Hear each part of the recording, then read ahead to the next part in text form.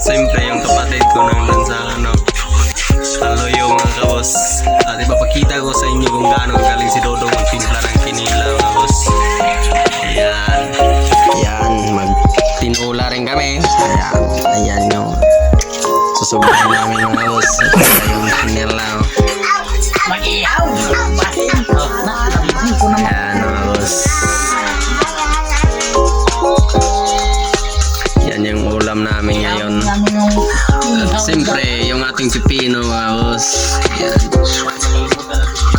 At yan talagang hindi maiiwan ni yung pinsang kong si Bisil mga boss. Yun ang pinaka-favorite ni Bisil, itong mga tirada ni Dodo. So ayun mga boss, na naluto na po yung ating sinabaw mga boss, at saka yung ating sinugbang at tuna mga boss. Kahit konti lang yan pero may kamahalan, wala tayong perang budget. At saka yung ating kinilaw mga boss, siyempre tuna rin yan. At saka yung ating kanin, mayroong pagod-pagod kamay. At salamat sa ating Panginoon na mayroon ding binigay kahit konti lang. Salamat. So ayun mga boss, nandito po kami sa aming kalabasan mga boss, mag-aabono po kami. Siyempre yung kasama natin mga boss, ayan yung kapatid ko, at saka si Dodong, at saka yung pinsan ko mga boss.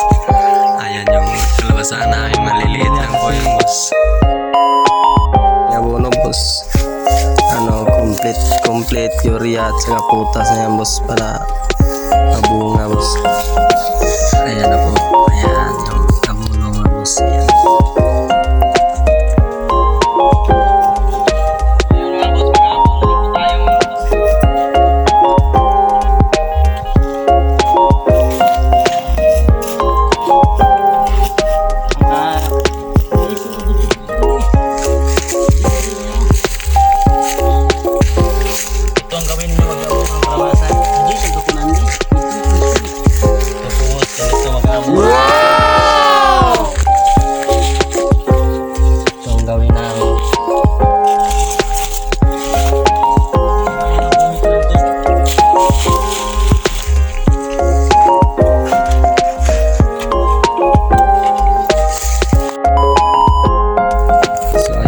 Malapit na rin kami matapos mga boss. Pag-abono mga boss.